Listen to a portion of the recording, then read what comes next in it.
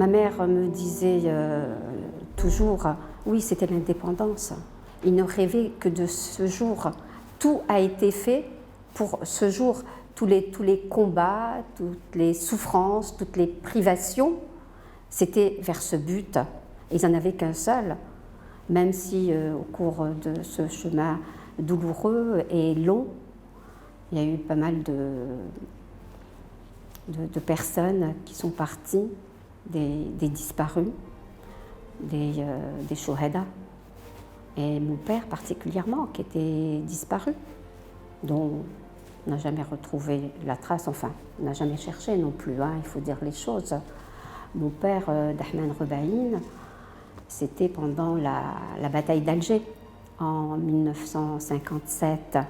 Donc c'était les pouvoirs spéciaux et c'était l'armée qui gérait Alger.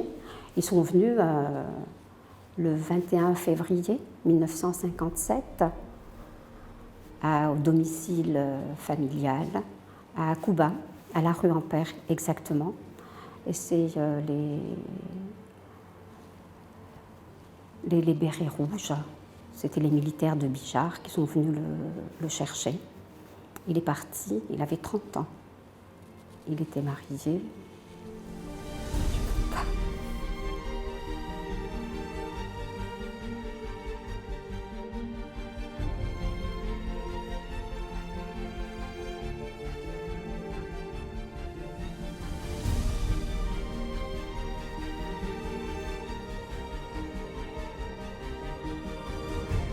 Non, je veux finir quand même qu'il avait 30 ans, qu'il avait 3 enfants. Et on ne l'a plus revu. On ne l'a plus revu. Il est parti après ça. Bien sûr, ma mère a fait des recherches. Ma mère a fait des recherches et elle a essayé.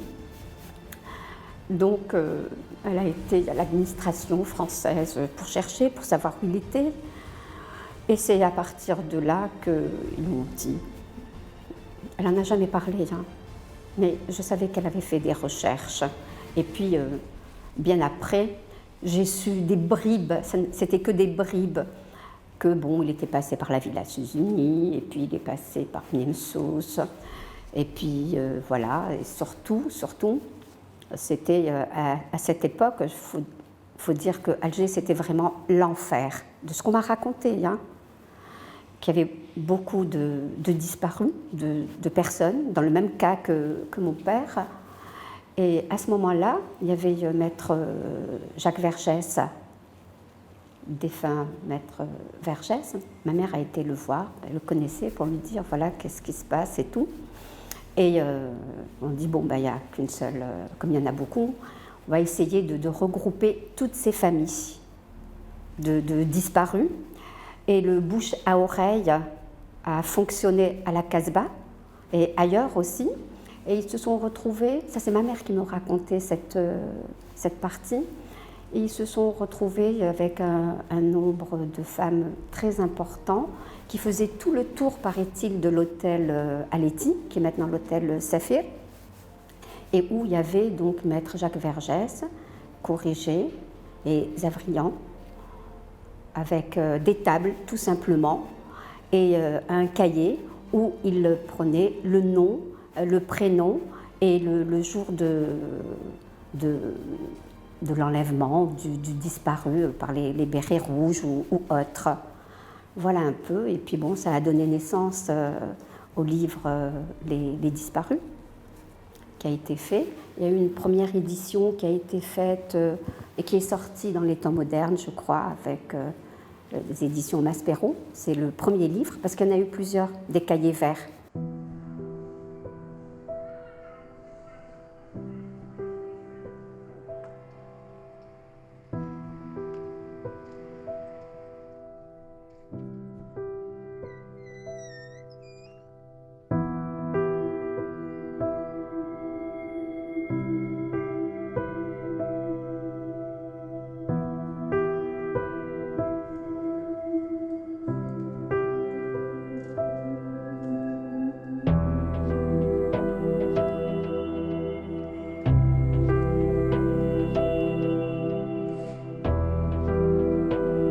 sais pas, mais je crois que dans, dans ma famille, de ce que j'ai entendu, hein, c'était quelque chose, oui, qui faisait partie de leur engagement. Ils le savaient, ils le savaient. Ils le savaient parce que c'était pas la seule personne engagée. Il y avait aussi les Rebaïnes, mon père, et puis il y avait ses frères aussi. Hein. Il y avait mes oncles paternels. Un de mes oncles a fait Paul Cazel, il était dans les camps, hein, et l'aîné aussi. Donc oui, ça a été une jonction de deux familles engagées, et ils savaient. Ils savaient. Mais peut-être ce qui m'a marqué dans ce que ma mère disait, c'était la brutalité de l'arrestation, c'était la brutalité quand il y a eu la bataille d'Alger. Ça m'a marqué par ce qu'on racontait, hein, beaucoup. Par exemple, j'ai une vieille tante, la sœur de mon grand-père, les bérets rouges, c'était à la Casbah que ça se passait, ont été chez elle pour demander après ma mère, qui est sa nièce. Elle leur a dit « je ne la connais pas ». Je ne la connais pas. Elle leur dit, mais comment, c'est votre nièce? Je ne la connais pas. Donc, c'est significatif de l'état d'esprit, de la peur qu'il y avait à ce moment-là. Oui, bien sûr. Non, je ne peux pas le savoir et je n'ai pas entendu parler de ça. Mais vu que quand même, c'était une famille qui était engagée, il y avait l'oncle de ma mère qui était recherché quand même, hein, à Marouskan. Effectivement, ça a été l'un des rédacteurs de la plateforme de la Soumam, en tous les cas l'essentiel, qui a été repris après par Ben Ramtan et puis je ne sais pas qui les autres, mais qui a été repris en tous les cas. Mon père était agent de liaison. Mon père était agent de liaison, il était agent de liaison d'Amarouskan déjà. Il a été l'agent de liaison aussi de l'Ufjaoui aussi. Et puis il est parti. Il est parti, il a été le seul de la famille, avec d'autres membres bien sûr, en Kabylie, les Lahsan aussi. C'est la même famille. Vous savez, c'était une tribu, donc c'est les Et Lahsan, exactement, l'origine d'Azazga.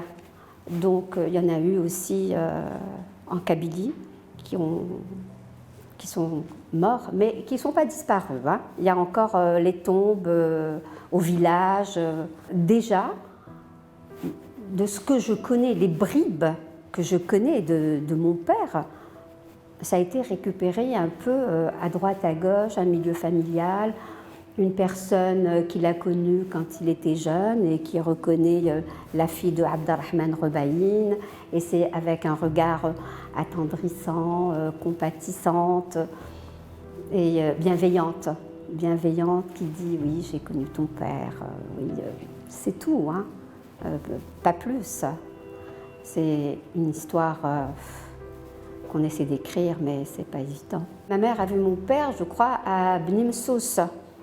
À Bni Messous, elle l'a vu et elle disait à l'époque, il espérait être relâché, mon père. Hein. Il avait cet espoir, bien sûr. Elle l'a vu et après, c'était fini. C'était fini. Quand elle a... Comment elle a pu le voir? Je ne sais pas, mais je sais qu'elle l'a vu. Elle l'a vu. Elle l'a vu. Je ne sais pas si c'est à Bni Messous ou à El Biar, mais elle l'a vu. Et après, quand elle a essayé donc de revoir et de chercher après lui, c'est à ce moment-là que tout s'efface, qu'il n'y a plus rien de lui. Alors on lui disait qu'ils l'ont récupéré pour un complément d'information. Et c'est là où elle a commencé à être à partir de bureau en bureau, chercher où il était. Du tout. Et on ne l'a plus jamais revu. Plus jamais revu. Ouais. J'ai une déposition, si vous voulez. C'est une note que j'ai récupéré sur Internet, que j'ai récupéré grâce au travail de MIG.org, d'un certain nombre d'historiens, dont Mehdi Karahal, qui avait fait ce site suite à la reconnaissance de l'État français de la disparition de Maurice Audin. Donc c'est grâce à eux que j'ai pu récupérer ça sur Internet et je les remercie sincèrement. Alors, c'est note à Monsieur le chef du CLNA. J'ai l'honneur de vous prier de vouloir bien me donner dès que possible tout renseignement que vous pourriez obtenir sur Monsieur Roubaïn Abdelrahman. L'intéressé, arrêté le 21 février dernier par les parachutistes, avait été maintenu à la Villa Suzini pendant une dizaine de jours, puis conduit à Bnimsous. Repris 5 jours après par le colonel Bijard, il aurait été retenu à El Biar durant une semaine pour rejoindre à nouveau Bnimsous, où il serait resté jusqu'au 1er avril, date à laquelle, selon des renseignements obtenus par son épouse, un adjudant de l'état-major du général Massu l'aurait repris pour complément d'information. Or, le colonel Trinquier aurait assuré à Madame Roubaïn que son mari a été libéré depuis le 1er avril. Celui-ci n'ayant ni réapparu à son domicile, ni donné signe de vie à sa famille, vous prie de bien vouloir me fournir tout éclaircissement sur la situation exacte. Le signataire, signé Tétingen. Voilà.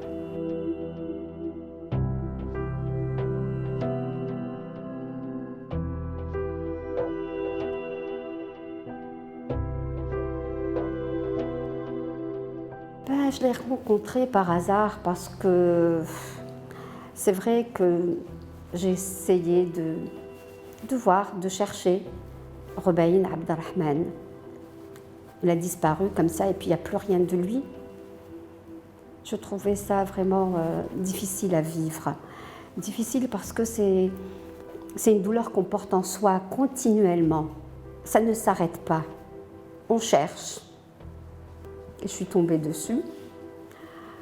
Et je les remercie bien sûr. Et ça nous traverse et on se dit une reconnaissance. C'est rien, c'est une feuille, vous voyez? Mais c'est une reconnaissance pour moi. C'est mon père, Roubaïn Abdelrahman. L'anonymat et le silence, ça brise. Et c'est injuste. Cette injustice, elle est insupportable à vivre. Pourquoi? Pourquoi cet anonymat? Pourquoi ce silence? Le silence de tous, il faut le dire. Il y a un quasi-silence familial, parce qu'on ne sait pas plus, parce que peut-être qu'il y a des blessures qu'on ne veut pas réouvrir. Mais moi, sa fille, j'ai besoin de savoir. J'ai besoin de savoir. Et jusqu'à un âge avancé, là maintenant, je cherche.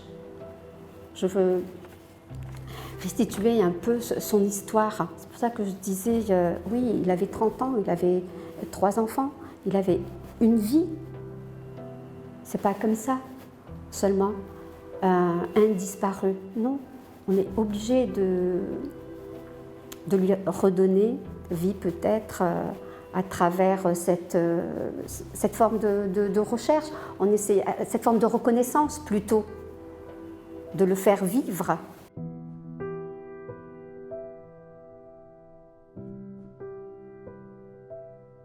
Quand j'ai été pour la première fois, parce que je cherche, donc j'ai cette manie, quand il y a une stèle, quelle qu'elle soit, et là où je me trouve, c'est de lire les noms de Chouhada.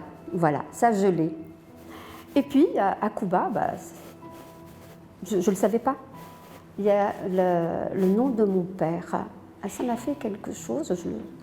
Et puis la question que je me suis posée, après, d'accord, c'est des Chouhada tous, mais mon père, il est disparu. Mon père, je n'ai pas de tombe. Mon père, quelle reconnaissance je peux avoir? J'ai vu aussi qu'il y avait une petite école du côté du ruisseau, qui portait son nom. Voilà, un peu ce qu'il y a comme reconnaissance, mais comme histoire, il n'y a rien, il n'y a rien. Et puis comme spécificité dans ces shuhada, pourquoi les shuhada, tout le monde, chacun a son histoire, et les disparus ont leur histoire. Et à mon sens, je ne crois pas qu'il y ait une liste spécifique où il n'y a que les disparus de la guerre de libération.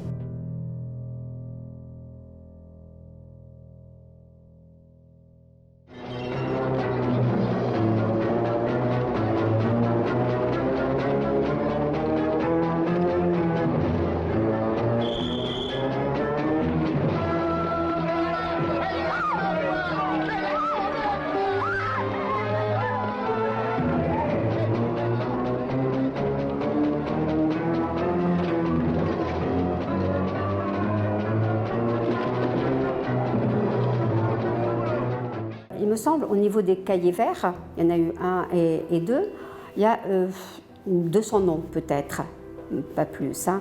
Mais pour l'exemple, mon père, Rubayn Abdelrahman, dans le cahier vert, j'ai eu l'occasion de le voir, hein, celui-là, le premier ou l'original, je ne sais pas, il y avait son nom, Rubayn Abdelrahman, je l'ai vu. Dans le cahier vert, qui a été édité, les éditions La Cité, il n'y a pas son nom.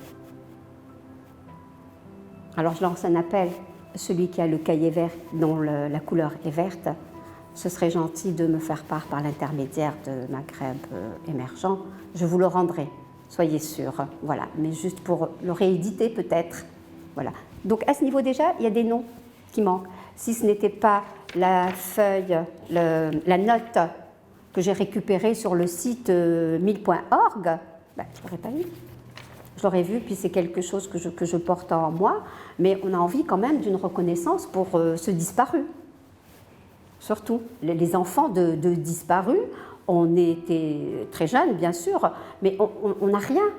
On n'a même pas une liste réelle de tous ces disparus. On ne sait pas. Il y a eu des charniers, il y a eu plein, il n'y a pas eu d'identification, on ne sait pas où ils sont, il n'y a rien dessus.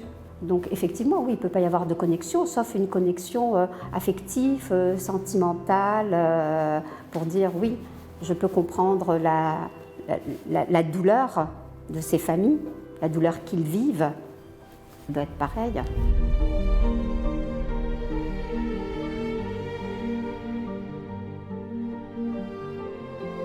Cette quête probablement pour moi, parce que la trajectoire de ma mère, l'épouse, c'était donc ce qui a été fait là. Et puis, comme je disais, l'indépendance, c'est quoi? L'indépendance, c'était l'aboutissement. Donc il y avait encore beaucoup. Il ne faut pas oublier que la bataille d'Alger, les gens n'espéraient plus. Hein. Elle a été féroce, elle a été brutale. Et ils ne voyaient pas la fin en 1957, hein, ils ne s'imaginaient pas. Donc les familles étaient décimées, les disparus. C'était un peu sauve-ta-peau, hein, la blessure que l'on porte. Il faut, je ne sais pas, mais il faut qu'elle se refasse.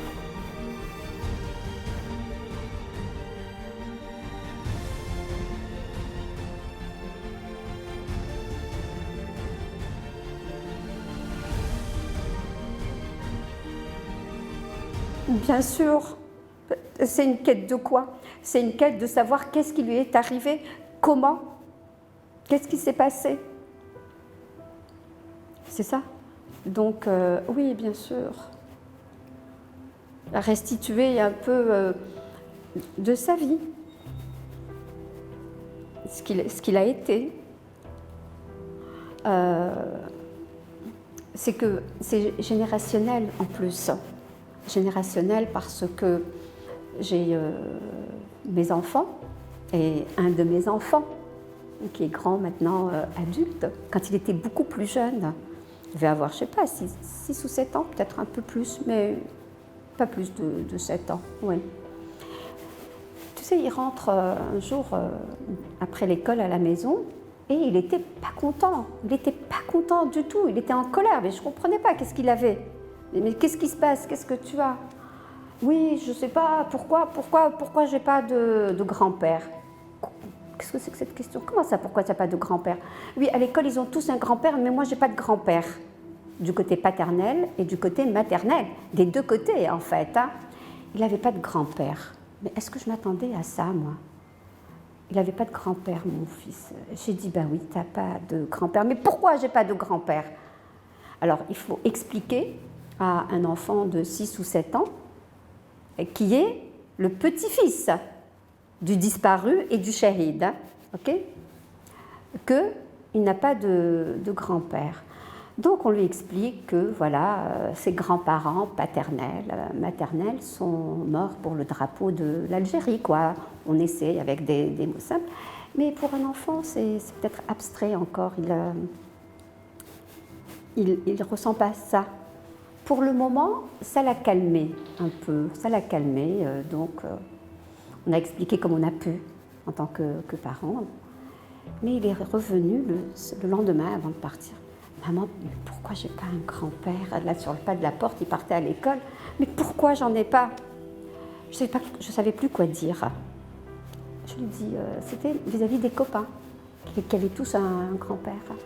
Alors je lui dis, bon, écoute, tu n'as peut-être pas de grand-père des deux côtés, du côté paternel et maternel, mais tu as un arrière-grand-père du côté maternel. Voilà, et ben, tu peux dire ça à tes copains, tu as un arrière-grand-père. Ça va. Il était satisfait pour le moment de la réponse. Et puis il revient le soir. Je l'attendais vraiment hein, ce jour-là. Après-midi, il rentre. Je lui dis alors, ça va? Ça va mieux et tout? Comment vas-tu, Harry? Il me dit, ils n'ont même pas voulu me croire que j'avais un arrière-grand-père. Ils m'ont dit, tu n'as pas de grand-père, mais tu as un arrière-grand-père. Ils ne m'ont pas cru, maman. Qu'est-ce que vous voulez dire? Oui, mon grand-père à moi est resté vivant jusqu'à 94 ans. Il est resté vivant, même s'il a fait les camps Paul Gazelle, etc. Il était malade, mais il était vivant. Et au niveau de la famille, ouais, il y a eu des rescapés de la guerre. Ouais, mon père est parti. Je ne peux pas m'avancer de l'État algérien s'il est à l'aise ou pas à l'aise. Moi, tout ce que je peux dire et tout ce que je souhaite, c'est que par rapport à la reconnaissance des disparus de la guerre de libération, qu'on puisse les identifier si c'est possible, qu'on puisse les sortir de l'ombre et que ce ne soit pas les chouhadas d'une façon générale. Voilà, qu'on fasse un listing à ce niveau, dire voilà, c'est les chouhadas, il y en a qui ont des tombes, il y en a qui n'en ont pas.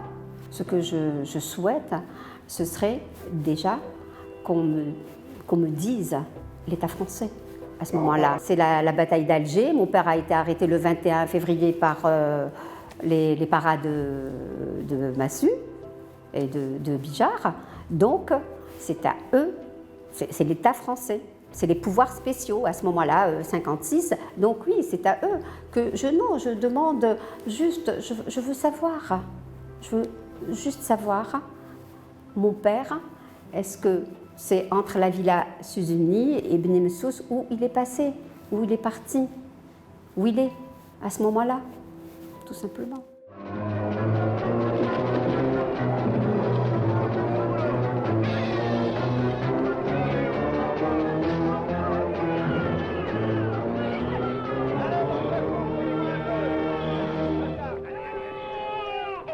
Non, il n'y a pas eu de requête, il n'y a pas eu de requête directe. Je pense qu'avec le travail des historiens qui a été fait, qui n'est pas des moindres, c'est important d'aller encore un peu plus loin pour savoir les familles. Là, je peux parler des familles de disparus d'une façon générale, pour savoir tout un chacun où il a été, à quel moment ça s'est arrêté pour lui.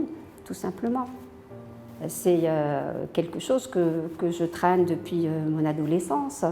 Ça veut dire qu'à chaque fois que je passe par la villa Suzuni, quelle que soit la personne qui est avec moi, en taxi, en bus, à pied, dès que j'arrive à ce niveau, et je me dis toutes les fois, non, il ne faut pas le dire, non, ça y est, c'est trop, tout le temps. Non, je ne peux pas m'empêcher, c'est plus fort. Je dis, est-ce que tu sais qu'est-ce que c'est ça? C'est la Villa Suzuni. C'est là que mon père est passé, je n'ai plus jamais revu. Et c'est comme ça. Je trouve ça... Ça, c'est douloureux aussi. Ça, c'est douloureux. J'ai eu l'occasion de voir la Villa Suzuni parce que j'avais été avec un film qui devait être tourné. Donc, on m'a demandé de venir parce que la personne savait que mon père avait été passé par la Villa Suzuni. C'était la première fois que je rentrais de ma vie, le jardin. Et je n'ai pas pu. Je suis restée. J'ai pas pu, peut-être parce que c'était pas ce qu'il y avait autour, c'était pour un tournage de film, mais j'ai pas pu. Mais ce serait bien que ce soit ouvert, honnêtement, ce serait bien. Peut-être que j'irai maintenant plus facilement. Pour moi, pour mes enfants aussi. C'est important. La retransmission, c'est très important, parce que ça reste.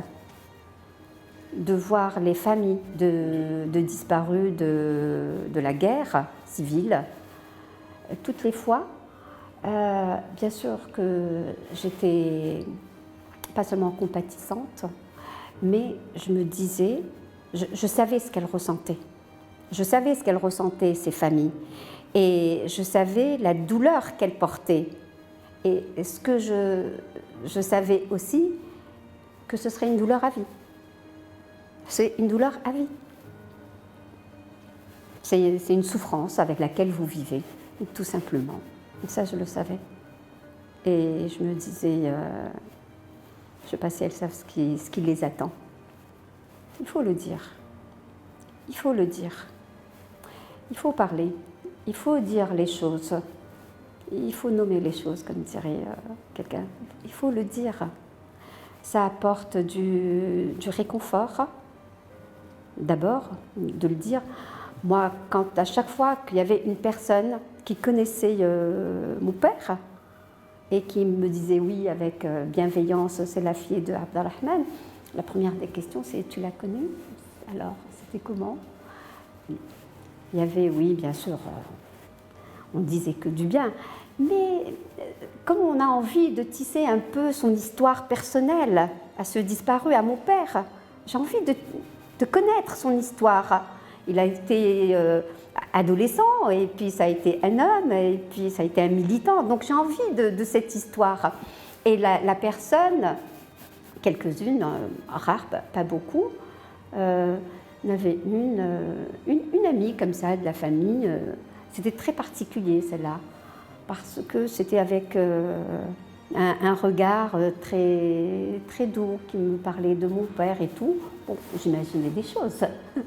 Mais c'était, voilà, ça fait partie un peu de sa vie. Il a eu une vie, c'est ça, restituer ce qui lui appartient, à travers, bien sûr, les uns et les autres. Hein. C'est ce travail.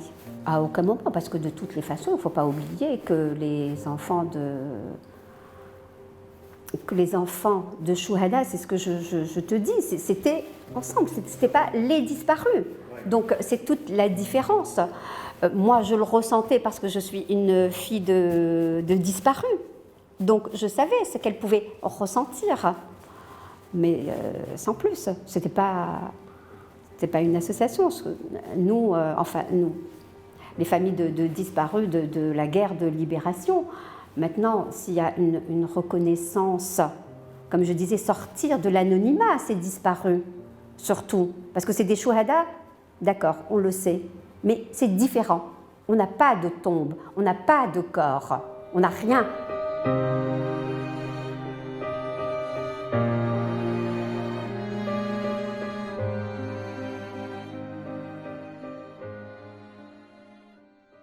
Ça s'est refait, l'histoire, je sais pas, elle se répète, hein, ok? L'histoire, elle se répète, mais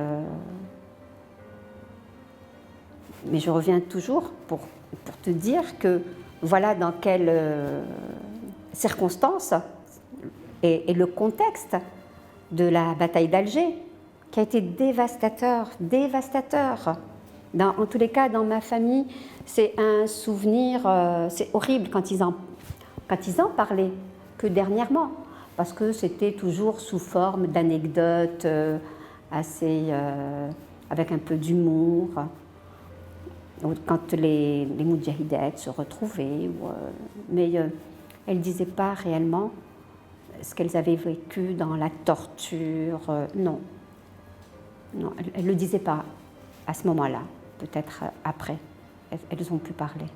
Ma quête, précisément, maintenant, serait que d'abord qu'il y ait, qu'on répertorie tous ces disparus. Ça, c'est faisable, ça, on peut le faire. L'État algérien peut le faire.